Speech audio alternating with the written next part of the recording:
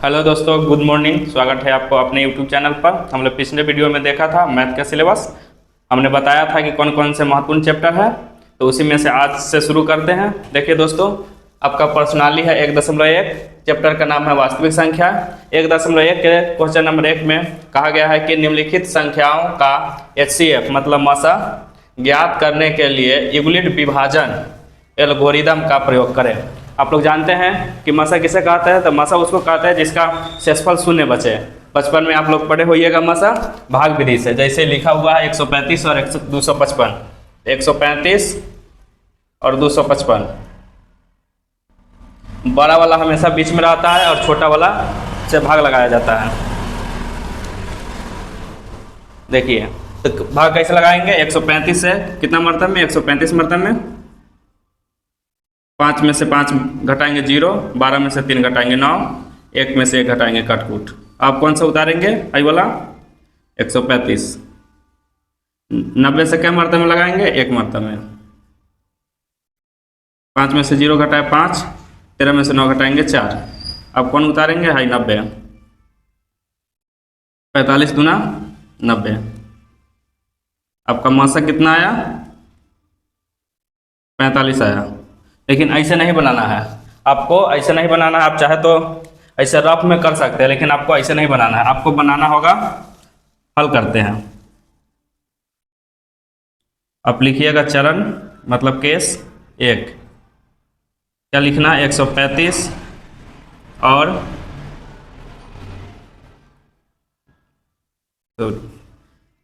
225 का मसा। हम लोग बचपन में पढ़े हैं भाज्य बराबर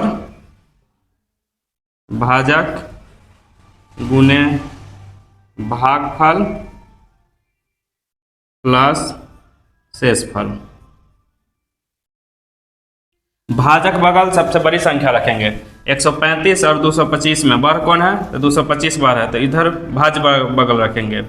भाजक में आपको 135 रखना है गुने भागफल। देखिए 135 से लगाया है कै मरतब में, 1 मरतब में, तो पहले 1 लिखेंगे, जोड़ भाग लगाया है तो कितना शेषफल बचा है, 90। सही बोला, 90 यहाँ लिख देंगे। जब तक ले 0 नहीं आएगा शेषफल तब तक ले लगाएंगे। अब देखिए कटा नहीं। अब 135 और 90 में बड़ा कौन है, 135 बड़ा है, लिखेंगे चरण 2 135 और 90 का मसा। इसी वाला सूत्र पर बिठाएंगे।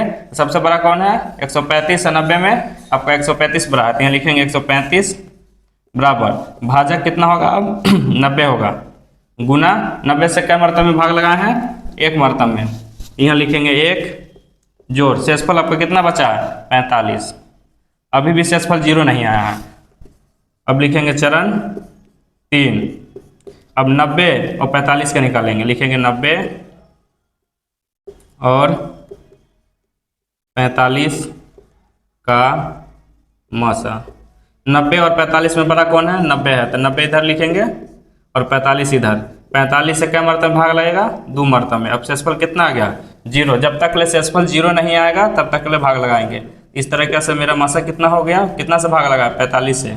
इस तरीके से आपका मसा कितना हो गया, 45 हो गया।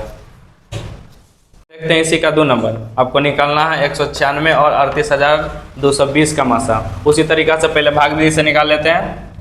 196 और 38,220। बड़ा वाला संख्या हमेशा बीच में रखेंगे और छोटा वाला से भाग लगाएंगे। तो 196 ही है और यार 382 है। 382 में भाग लगाएंगे, क्या मरतब में लगेगा, 1 मरतब में। 196 हो जाएगा, 12 में से 6 घटाए 6, 17 में से 9 घटाए 8, 2 में से 1 घटाए 1। अब 186 है और 196 है, तो ये बड़ है, ये छोट है, तो क्या करेंगे, अंक उतारेंगे। देखिए 19 196 है, क्या मरतब में भाग लगाएंगे, 9 मरतब में भाग लगाएंगे।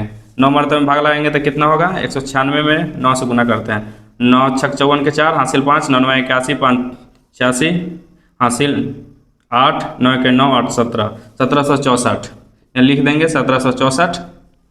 12 में से 4 घटाएं 8, 15 में से 6 घटाएं 9, 7 में से 7 घटाएंगे 0, मतलब कटकुट कटकुट, ये बच गया। अब 0 0 उतार देंगे। अब क्या मरतबे में भाग लगाएंगे, 5 मरतबे में भाग लगाएंगे। 5 मरतबे में भाग लगाएंगे तो 980 आ जाएगा।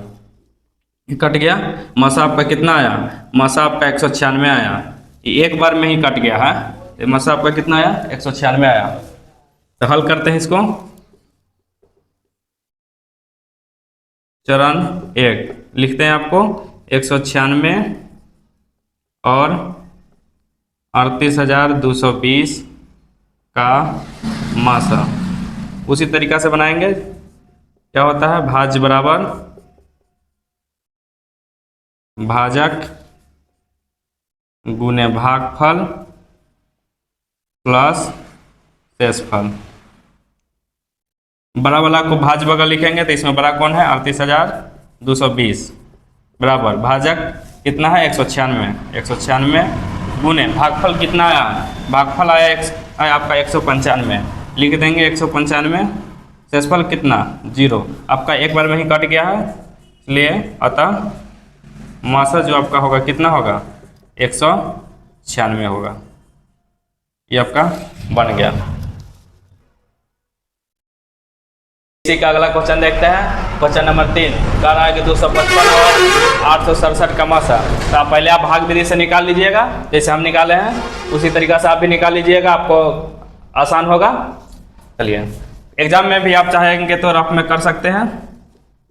हल करते हैं हम। लिखते हैं चरण 1 आपका 255 और